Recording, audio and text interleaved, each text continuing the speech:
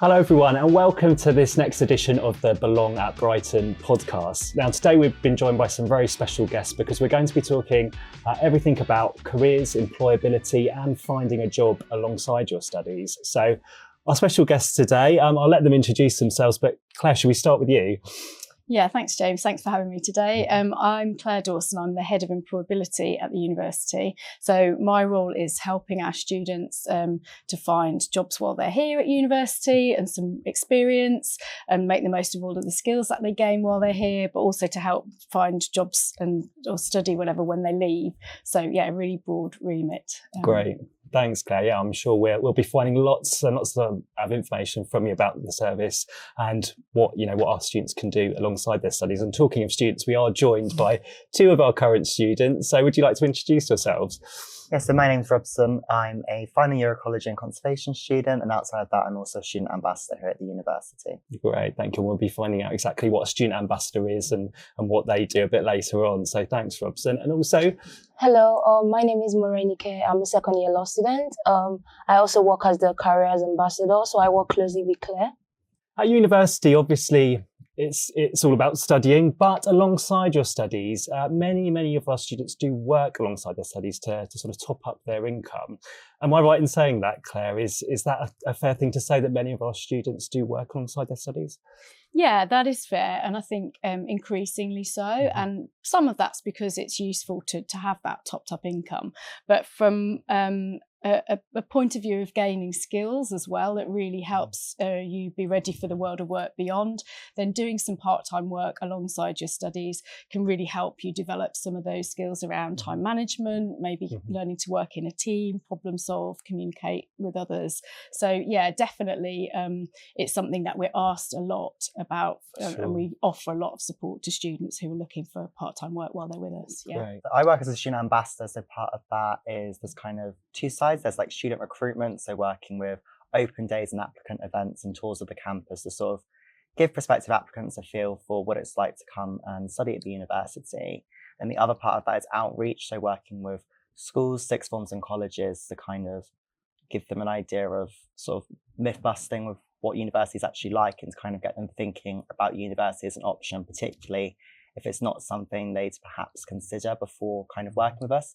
So that's kind of what the role entails. There's all sorts of shifts from running events with school groups and, call centres of our applicants and, as I said, the open days and such.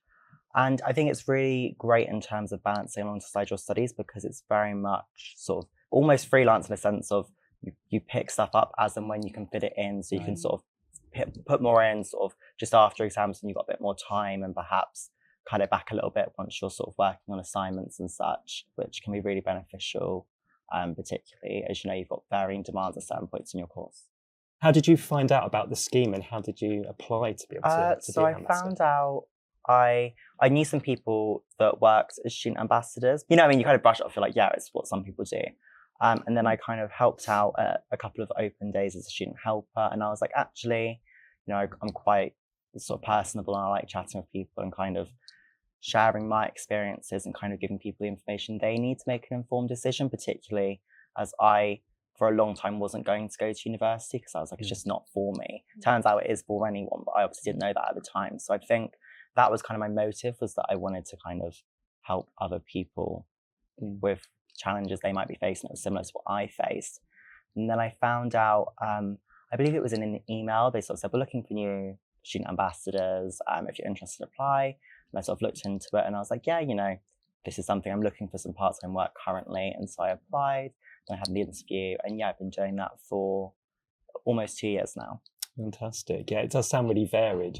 It's like you're meeting potential new students, which sounds like a really nice thing to do. You're being able to talk firsthand about your own experiences while at the same time earning a bit of money on the side. Yeah, and I think there's lots of transferable skills as well. I mentioned sometimes we go into schools and work with groups of young people, and I think that kind of experience is quite hard to find at this sort of point when you're looking for part-time work. But actually, the skills you gain in terms of that outreach work and sort of working with diverse groups of people and kind of that almost mentoring style, kind of giving them the information and resources they need to develop, is sort of a skill that a lot of jobs do look for. So I think it's a really good opportunity to gain that and so many other skills? I'm also an SRO ambassador, similar to what Robson does, and I also work with the careers team. So on the careers team side of it, I do a lot in terms of like careers. So I help with the job bulletin. So the job bulletin is like this bi-weekly job email that gets sent out to students so they can have like list of jobs in their particular industry that they're looking for. So I help with like finding the opportunities for that.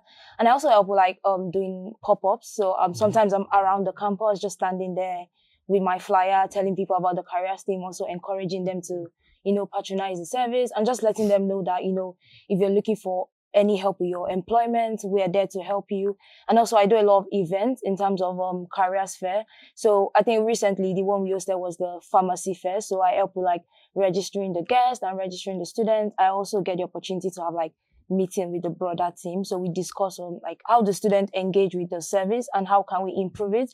And I think this is something that it has actually really helped me because the main reason why I applied for the Careers and Employability Ambassador was because I kind of saw that a lot of my classmates kind of struggled with accessing like the necessary resources they needed.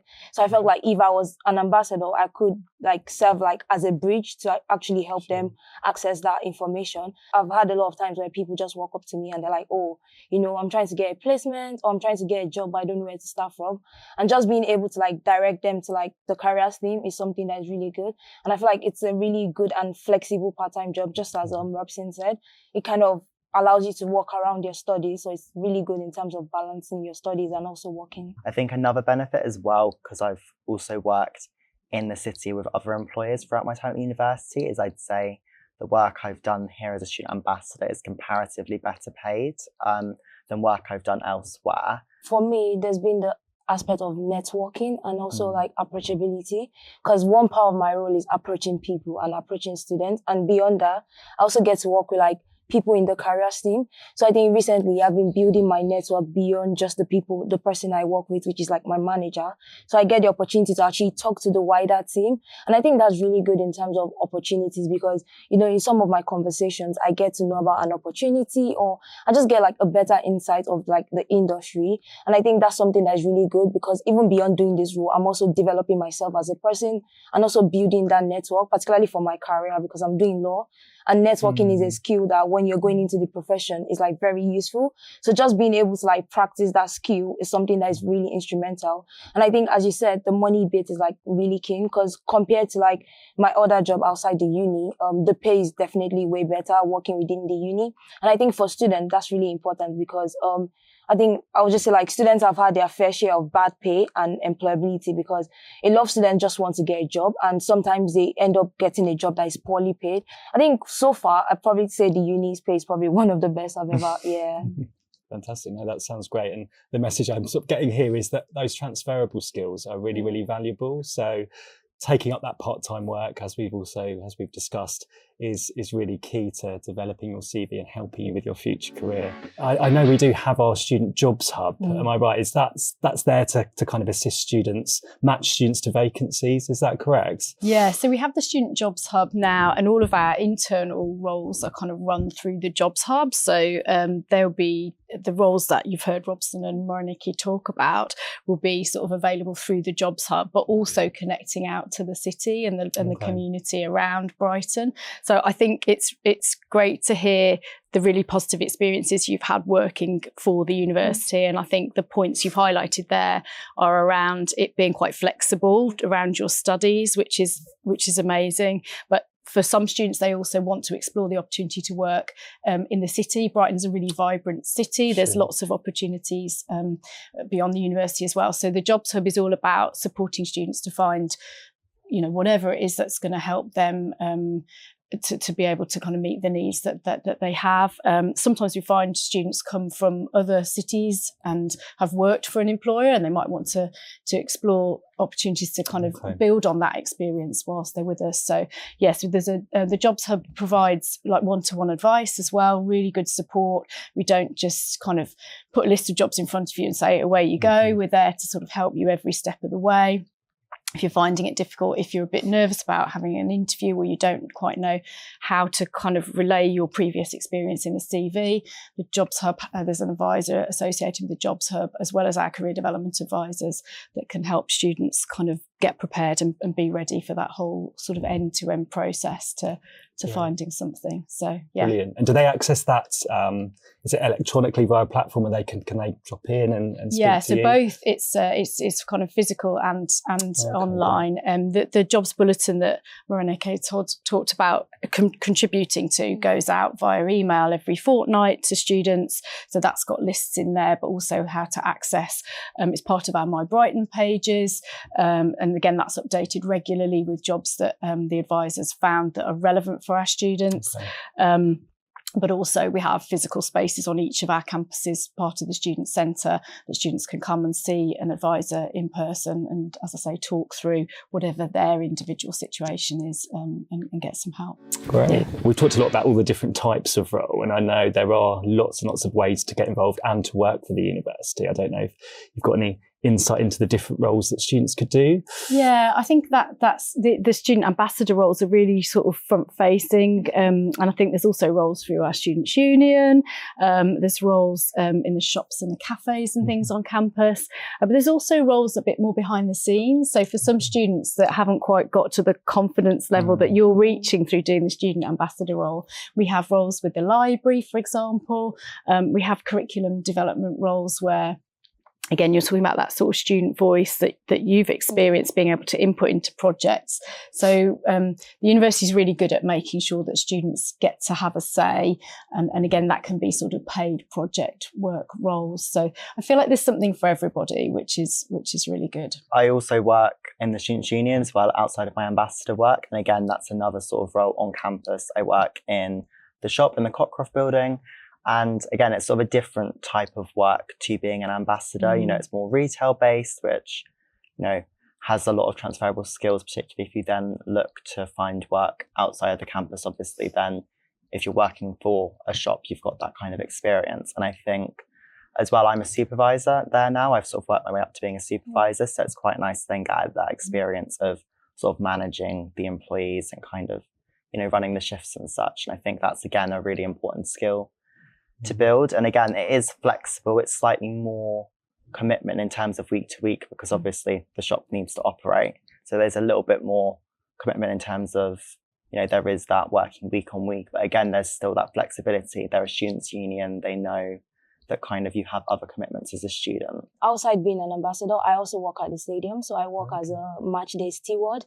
And I think the main reason why I went for the role was because I wanted like a very in-depth customer-facing role, because I had done something in the hospitality sector before. Going into law, one of the main things they always look for is the ability to like communicate with people. So I wanted to like, you know, have a much more deeper experience. So I decided to get like the job at the stadium. There's also a bit of flexibility because you get to work only on match days. And I think we have about 2 matches in a month compared to the flexibility the uni offers. You might not necessarily get that flexibility there. But I think it's also a good way of developing like your customer-facing skills, because you deal with lots of fans. I think in a day I serve up to like hundreds of fans, and I think that's something that's helped me like develop my resilience and also like customer service skills. And I think just building that skills on how to like relate with people, you know, developing interpersonal skills. So I think that's what that offers me as well. And I think there are a lot more opportunities like that outside the uni that you can just get involved with if you want to like, you know, get more experience beyond what's going on in the uni. I really like how you link that to your course as well, actually, because you're starting to think about what sort of skills are going to help you beyond. So not only is it about earning some money now and building some confidence now, you're starting to think, what am I going to need in my career in law in the future, and what will employers, you know, kind of look for. And we have graduate attributes at the university. So you've touched on a couple there, like being an inclusive collaborator. So where you're in that situation where you're working in a team and you're figuring out how to do that in the most kind of inclusive and collaborative way, but also building to be a confident communicator. So yeah, it's really nice how it's sort of, even though the part-time job might be about earning some money for now, it's thinking about the future and where that's taking you. And great if you're a football fan as well. Absolutely. So alongside working with, alongside your studies, here at Brighton, we really put an emphasis on, you know, that experience and also that industry experience going forward, and how you can use those skills and how you can get experience to really help you further your career post graduation. So, Claire, I know we offer internships, placements, and we can really help students sort of engage with those and get those set up. Can you tell us a bit more about how that works and how students approach that? Yeah, definitely. So there's an option on all of our courses to do some kind of work-related learning, whether that was a year-long placement out in industry, or whether it's part of your course as a module, or it's embedded in the module in terms of an employer might come into the module and set a brief for students to work on. We've got a couple of examples of that happening, and increasingly so. That's the sort of the route we're having, just to kind of make sure that all students have that chance to kind of explore how what they're learning in their course links out into the sort of real world. Sure. And we have a placements, internships and volunteering team as part of the Careers and Employability team. And that team's really there responsible for working with students directly, but also working with the lecturers to support finding kind of relevant employers to offer those opportunities, but also helping students make applications, think about what kind of work experience they want to look for. So yeah, all sort of stages of the process. So in my first year, I did a 6 weeks internship. It was an eye-opening experience because it was a law firm in London, and when I first walked into the office, it was a big law firm. So I think even at that early stage, I kind of had that feeling that, okay, this is what this profession looks like. So though I had a very good experience, it also taught me things that, is this profession actually fit for me? And I think that's something that a lot of students don't understand at the early stage, because having experience can actually make or break what you want to do, because from the experience, you can actually know whether or not you're fit for that career. And I think that experience definitely kind of helped me to understand that, yeah, I actually want to pursue a legal career, because there were a lot of things I really learned, and I felt like they kind of aligned with my personalities. So it was something I kind of got through the careers team. So I just went along to one of the events, and I got to know about this organization that they kind of recruit for a larger organization, and I applied. Then I got through to the interview stage. I think the careers team was really instrumental in helping me prepare for that interview. And I feel like the internship was sort of a good realization that I also didn't want to do a placement. I felt like taking another gap year was probably not going to be good for me mentally, because I didn't want a situation whereby I go off a year from academics, then I have to come back, re-strategize how I come back into the studying. And I felt like that was something I was going to struggle with. So after doing my first internship, I kind of had a view that, okay, I don't actually have to have a full year in industry. I can actually have bits and bits of internship or even a week experience. So I think that's something that students really need to understand, that, it's not necessarily having a year off. Even a shadowing experience, or maybe just an employee's place, can actually make your CV stand out. Yeah. So even having that experience in my first year kind of gave me a standard knowledge of what goes on in the industry. So I knew how okay, for legal industry, this was the process of recruiting people. There was going to be an interview assessment center. Not only did it even help me secure the internship, I also got to learn about the wider industry. And I think going for events, because if I didn't go for that event, I probably wouldn't have gotten that opportunity. So there's definitely that help there in terms of summer internships or even a week's placement or something. Yeah. So in my second year, I looked into kind of doing a placement, and I worked with the careers team to develop my CV and kind of be aware of what opportunities were out there and find opportunities. And I even applied for some.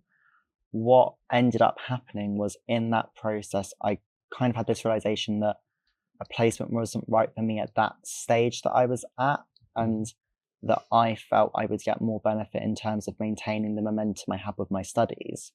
But actually, I benefited a lot, even though I didn't go through and end up taking a placement year. I feel like I benefited a lot in terms of going through that process of developing my CV ready for applications. And I think as well, it kind of opened my eyes in terms of what opportunities were in my sector. Because as I've learned since as well, the environment sector that I'm kind of in is quite interesting. There's lots of sort of different things that go on and different ways things work. So it was really good to learn about that. But then I also looked at ways in which I could gain experience without taking a placement year. Because I had this realization, I was like, I need experience. It's quite a competitive sector. I was like, I'm going to need some sort of experience, whether that's a placement or otherwise. And so I sort of channeled that energy that I would have put into a placement, I channeled into volunteering, and I'm looking to go into conservation and ecology. So we're fortunate we've got so many different organisations locally. The Sussex Wildlife Trust, the South Downs National Park. we've got so many different organisations who run various different volunteering schemes. So I found it, for me at least in my circumstances, I was able to maintain that momentum of my studies and sort of keep in that zone and that kind of routine I developed, but also still get that experience. The nice part about volunteering was A, meeting other sort of like-minded people and that kind of network element, but B, being able to sort of do stints with different organisations. I've not just learnt how one organisation works, I've been able to sort of do small, short bits of different groups. And I found that really beneficial.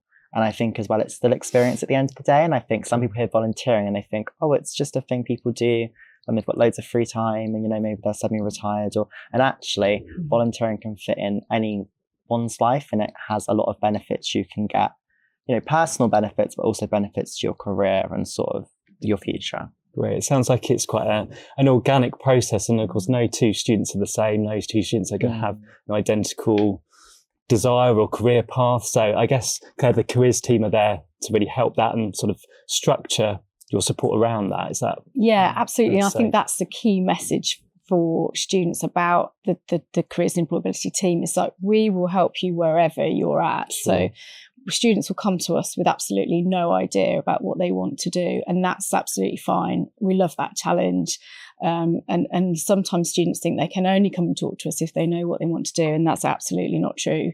You know, it's all about meeting each individual where they're at, their level of confidence, their level of knowledge about what's out there, like some of the circumstances around whether the placement year or a short placement feels the right thing to do based on your own individual experience. But I think it is about broader experience, and we would give all the same support. We've got a special element of our placement internship volunteering team just to look after volunteering, because as you say, it just helps you build that experience, but also you're giving back. And I think what's lovely about Brighton as a place is that real sense of community, and sort of there are lots of opportunities, and even if it's just like a day beach clean or something like that, or it's something a bit more long term and linked to your course, then yeah, absolutely, it's really win-win volunteering. You're building skills, but you're also helping the community and giving back and doing good. So Claire, for some of our students, I'm on the understanding that they can work for themselves, and the careers team can also support with that. Can you tell us a bit more about how that might work? Yeah, so we have our student enterprise team, and they're really experienced in supporting young entrepreneurs, also sort of social enterprises. So often students maybe want to develop something for good, but also kind of make some living out of it. And again, some of our students will engage in doing that whilst they're at university. So particularly perhaps our creative students, if they're making things, they might want to think about how they might sell those. Or we have students that, I don't know, maybe you want to think about doing something where you're working for yourself. I don't know, it might be a small dog walking business or something like that. You know, if you've got some skills that you can marketize and sell. Sure. So again, that can be just another thing to do alongside looking for the part-time jobs that we've already talked about, in order to support yourself whilst you're at university. And yeah, our advisors will help you to think about what those options might be. So we know it's never too early to start thinking about career plans, but how should students start preparing for that, and what steps can they take? Yeah, I mean, I completely agree. And I think also when you come to university, you have already started. It's not like a whole new thing. It's part of that ongoing journey before and after university. Whatever stage you're at, we're here to help. So we have our career development advisors. They can support, again, that's sort of the planning stage and thinking about, you know, who you are as a person, what your values are, what your motivations are, and where that might fit in the world of work. So we lots of work with employers as well, obviously understanding what it is they're looking for and trying to help you to kind of connect those dots so that it feels, personal and the right thing for you. Should we ask our students, how was that development stage for you, Robson? Yeah, so I mean, after I kind of had decided a placement year wasn't for me, I was like, well, what am I working towards? Because at that point I was like, I'm going to work towards a placement year, it's all going to click together. And obviously that's a very romanticised version, it doesn't always work out that way. When I sort of said to the careers team, like, I don't think the person I'd be working with my placement journey, I sort of said, I don't think a placement's for me. She was like, oh, well, why don't you book in with the careers development advisor and just sort of, it was Pamela, and she was like, why don't you just talk to Pamela and just see what she thinks maybe in terms of what you could be doing other than a placement year to sort of get to where you wanted to go. And I was like, interesting, because I don't actually know where I want to go. And anyway, I had that meeting, and was strange because I was saying stuff that, you know, through the questions she was asking me, it was stuff in my head that I couldn't connect the dots. I was like, oh, I like research stuff and I like this and I like that, but I didn't know how that all fitted together. And when I sort of said it out loud and sort of engaged in that dialogue with her, I realised, you know, deep down I knew it was like I wanted to go into research, but I didn't know how to get there. And then being able to sort of sit down with her and sort of discuss through, you know, postgraduate study and like internships and like different opportunities to get experience and to get there was really helpful. And then following that up sort of, you know, 3-5 months down the line and then going, right, now I am looking at doing this master's application. How does that look like? And what does it look like after that? And I think just being able to sit through and talk things through with someone who kind of has that knowledge about your sector and about the world of work does really help you kind of connect dots in your head that you wouldn't necessarily be able to put together just through sort of thinking on your own. So I think for me, that's where it's been really helpful, and knowing that if I get to another crossroads, say when I graduate or say when I start my master's, knowing I can book in for another meeting and go, this is where I'm at now, when I'm kind of, I've got a bit further along, but I'm now a bit stuck at this point, and being able to sort of get through each of those barriers as they pop up, I think is, for me anyway, it's been really great to have that support. Yeah, and the career development advisors can help right from the first year as soon as you get here, and then it is lifelong advice is available because our service carries on once you've graduated. So yeah, you're right, things might change along the way and you can go back and address that conversation. And it's just a really nice space for each of our students to have the opportunity to come and have that half an hour conversation that's dedicated to you and what you want and sort of goal setting. I think you kind of mentioned that. It's really helpful to know, where am I aiming and what do I need to do to get there? And I think not just setting goals, but also planning how to get you're there. going to get to those goals. I think it's great saying, you know, after I'd had that initial sort of first time, I was like, right, so I want to do research. And I was like, actually, how do you, that's a goal that's sort of quite far in the future, and actually being able to sort of break that down into the journey to that. And I think as well, you mentioned it's like a half an hour, but it's incredible how much you can actually get through in that half an hour. I was like, half an hour, I'm not going to be able to. I walked out after half an hour, I was like, right, I know exactly what I'm doing then. And I was like, I'm going to do this afterwards and look into this. And I think, yeah, it just gives a lot of clarity and can kind of ease, you know, sometimes people get to the final year and they get that sort of anxiety over what happens next. And I actually think if more people had that sort of half an hour meeting, I think a lot of those anxieties that people get can sort of be addressed. The other thing we do is we work with professional mentors. So they're out in industry. Often they're alumni from the university. So they'll come back, they'll volunteer and give their time and work with one of our students. So that can be another source of advice in terms of, you know, just helping students to understand what it's like in the world of work, and you can talk through things like that. I've done actually 3 mentoring programs now with the uni, because I think going on the point where you said about thinking about our career, I think in my first year, I kind of sort of realized that I couldn't do it alone. Like I needed guidance, and I think the first one I did was the momentum. So I got matched with a lawyer. She's the first female leader of the Sussex Law Society. So I kind of got matched with her, and she kind of gave me a lot of insights about the profession. When I started my mentoring program with her, she kind of put me in the right direction. She kind of gave me that insight of, you know, if you're trying to achieve this, this is how you need to go about it. And I think that's something a lot of students don't know. Even though she's like in the partner stage, which is like one of the highest stage you can be in the legal profession, she actually still has a mentor. So no matter what stage you are, you actually need someone to guide you.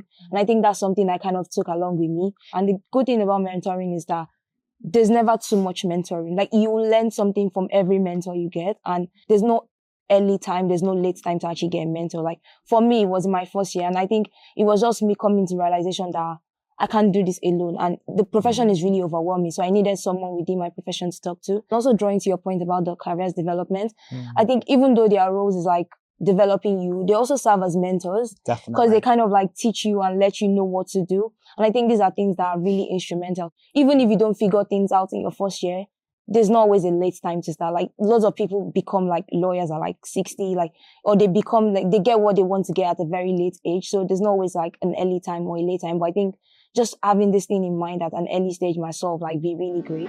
Okay, so we're almost out of time, unfortunately. But just to sort of finish up, I think it would be nice perhaps just to have some top tips. So Claire, I don't know if you have top tips out there for anyone listening and watching. I think the main thing that we've really talked about is that everybody's career will be different. It will be individual, and it's about you carving that for yourself. I think you've shown that you've had different experiences while you've been at Brighton. You've taken the opportunities. Actually, that's my top tip.